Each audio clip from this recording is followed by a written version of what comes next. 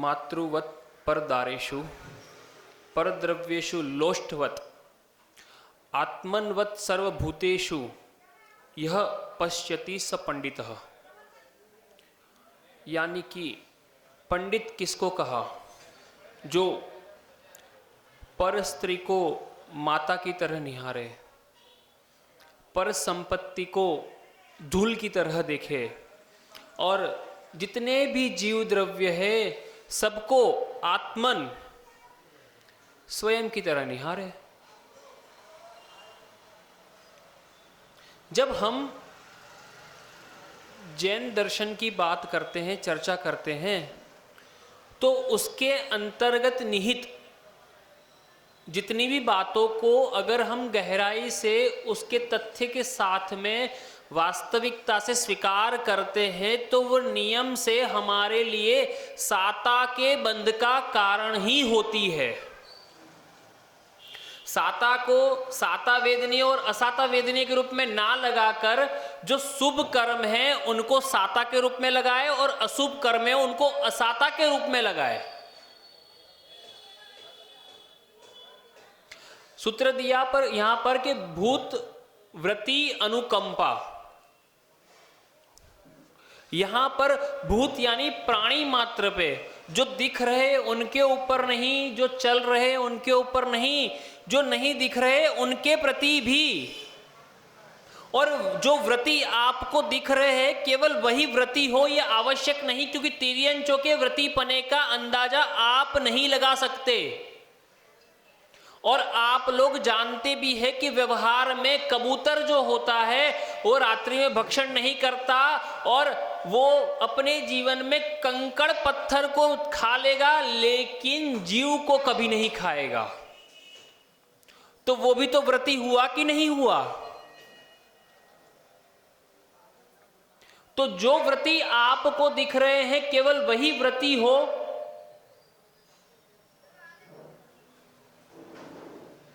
इसीलिए वहां पर सूत्र दिया कि भूत और व्रतियों के प्रति यानी कि सर्व प्राणियों के प्रति, क्योंकि आप नहीं जानते कि कौन सा जीव व्रति है कौन सा जीव अव्रति है। आज के परिवेश में आप बाहरी आवरणों के माध्यम से पता लगा लेते हो कि भैया सफेद वस्त्र में है, मुनि महाराज निर्ग्रंथ दिगंबर घूम रहे हैं तो वो व्रति है।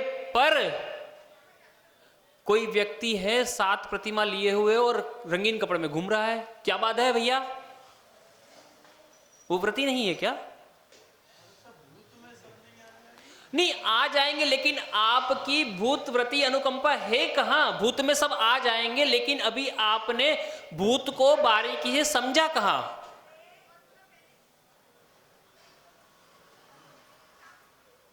अभी तो हम लोगों ने सम्यक दर्शन के जो 4 भाव है उसमें प्रसम, संवेग और अनुकंपा तक तो अभी तक हम लोग पहुंचे ही नहीं।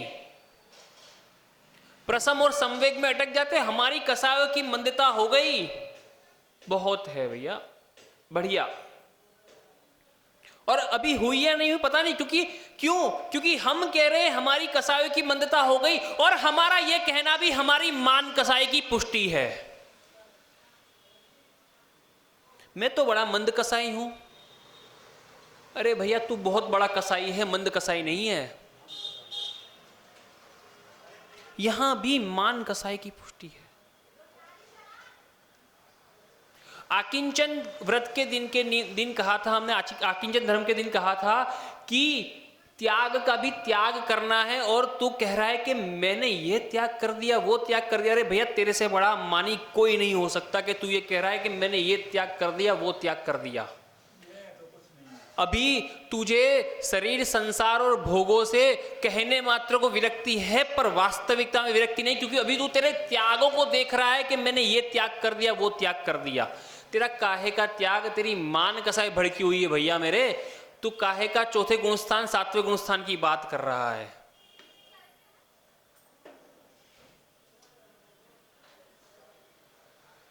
विचार करें। हम अभी तक अनुकंपा और आस्तिक्य की बात करें, हमें जिनवाणी की बात पे खक भरोसा नहीं है। अगर भरोसा होता तो आचरण में आता। 1% भरोसा नहीं है हमें जिनवाणी की बात पे। होता तो आज यहां ना होते, अपने आप को व्यवस्थित कर लिया होता।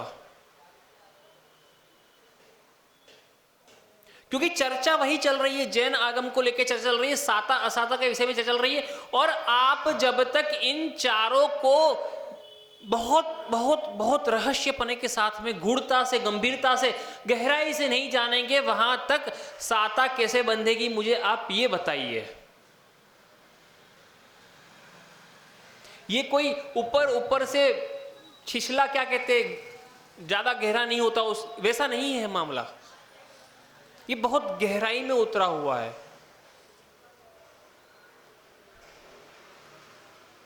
शरीर संसार भोग से विरक्ति नहीं है, कसायों की मंदता आपके कहने से है पर है नहीं, अनुकंपा आप कहते हैं पर झलकती नहीं आपके व्यवहार में, तो फिर मैं सम्यक दर्शन को कैसे स्वीकार करूं अपने?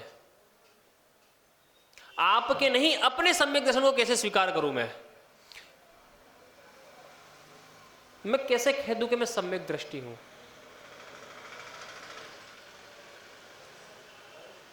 अभी मुझे फिक्र है कि मैं विहार करूंगा, रास्ते में कैसे होगा, क्या होगा, चौका लगेगा कि नहीं लगेगा, मैं कैसे कह दूं सम्यक दृष्टि हूं? क्यों? क्योंकि मेरे साथ का जो साथ में चलने वाला माहौल है, आसपास का माहौल है, वो मुझे सिक्योरिटी प्रदान नहीं कर रहा, वो सम्यक दृष्टि नहीं है। तो मैं अपने आप को कैसे सम्यक दृष्टि कह दूं? क्योंकि वो मुझे बाधक कारण बन रहे हैं, बाधक बन रहे हैं मेरे लिए। मुनि तो बना था कि साधना करूंगा कि समाज साथ देगा, लेकिन समाज साथ ना देकर बाधक बन रहा है, जो मेरे सम्यक दर्शन के लिए घातक है।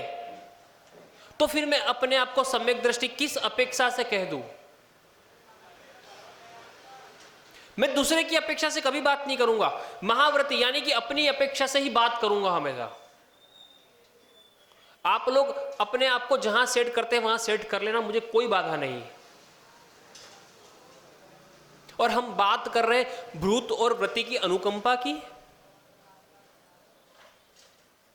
क्या यही होती है क्या कि साधु को अपनी सामायिक छोड़ के टेंशन लेना पड़े, आगे विहार करेंगे, कहां जाएंगे, रास्ते में कैसी व्यवस्था, टेंशन लेता रहे? ये भूत व्रति अनुकंपा है आप लोगों की तरफ से? आप विचार कीजिए जरा। और क्या ये हमारी तरफ से अनुकंपा है? किसके प्रति? स्वयं की आत्मा के प्रति। क्यों? क्योंकि हमारे सहनन इतने कमजोर है, संस्थान इतने कमजोर है कि हमें सोचना पड़ रहा है कि आगे की प्रक्रिया कैसे होगी। विचार करें, हम कौन से दृष्टिकोण से अपने आप को सम्यक दृष्टि साबित करना चाह रहे हैं या कहलवाना चाह रहे हैं? क्योंकि साता वेदनीय का विषय चल रहा है, और जब तक ये समझेगा कि आपके देश में साधु अपनी आगे की व्यवस्था के लिए सोचेगा, वहां तक निश्चित मानिए भारतवर्ष का एक भी श्रावक ऐसा नहीं होगा जिसको साता बंध जाए। लिख लीजिए आप लोग कोरे कागज पे। क्यों? क्योंकि साधु को ही साता नहीं बंध रही, साधु को ही साता नहीं बंध रही, तो फिर आप अपने आप को किस प्रकार से साता बांधने के लिए कह रहे हैं? ठीक है ना? बात थोड़ी सी कड़वी है, लेकिन विचार जरूर कीजिएगा आप लोग, ठीक है ना? बाकी की चर्चा आगे करते रहेंगे, समय भी हो रहा है, और पूज्य गुरुवर से निवेदन करेंगे कि वे अपनी अमृतमय वाणी से हम सबका मोक्ष मार्ग प्रशस्त करें। बोले देवादिदेव श्री आदिनाथ भगवान की द्वादश